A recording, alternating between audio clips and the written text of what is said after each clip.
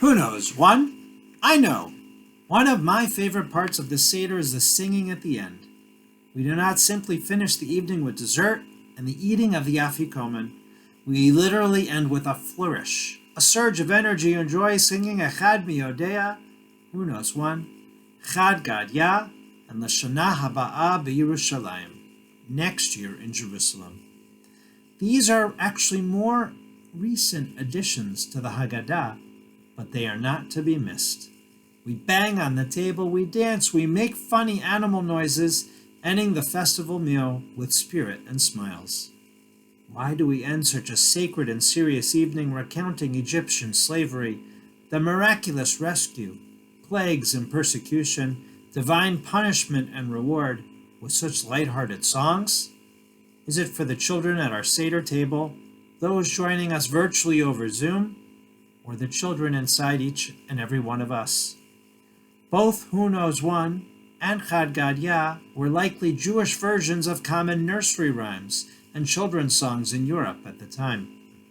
Perhaps as the focus of the Seder is to teach our children Jewish history, these songs are another way to engage and educate the youngest, still awake at our Seder tables. Commentators have found that both songs have deeper meanings. Echad Miyodea, Who Knows One, is the quintessential lesson on the most important concepts in Judaism, a literal countdown of the top 13 Jewish principles, with a repetitious emphasis on the oneness of God. Who knows? One? I know one. One is Hashem, one is Hashem, one is Hashem in the heavenly earth. Ooh, ah, ooh, ah, ah. That's at least how we do it at our Seder.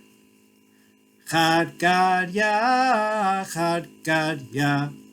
Chad Gadya is a song about a father who buys a little goat and the mayhem and chaos that ensues. It seems a little more difficult to interpret, though more fun, especially with sound effects. At its heart, Chad Gadya teaches us causality, that every choice, every action we make has far-reaching effect, and even inaction, like sheltering in place and staying at home, isolated for a lonely Seder night, has lasting implications. What we do matters. That is the message for us as we end the Seder with these songs. We have the ability to make a difference. Whether we are like Moses, a grassroots political leader who stood up to Pharaoh, leading the people out of danger, whether we are like Shifra and Puah, the midwives who risked their lives on the front line as biblical healthcare workers, following their highest ethical ideals, or whether we are like the majority of Israelites that sheltered in place as one family unit, eating their Paschal lamb, simply following the law of social distancing to prepare for their exodus from enslavement. What we do matters, and each action we take has far-reaching effects. Chad Gadya teaches us that a single simple act of a parent buying a goat for their child changed the course of the world. In his Haggadah commentary, Elie Wiesel wrote, "This beautiful, innocent song tells the story of a father who buys a little goat for a son, but everything goes wrong. The song evokes the destiny of the Jewish people. The real meaning of the song may be that all beings and all events are connected." Rabbi Jonathan Sachs writes, "It is a song of hope that regardless of how much suffering, we may maintain the conviction that our choices matter, and that by refusing to accept the world as it is, we ask God to help us overcome the forces of death."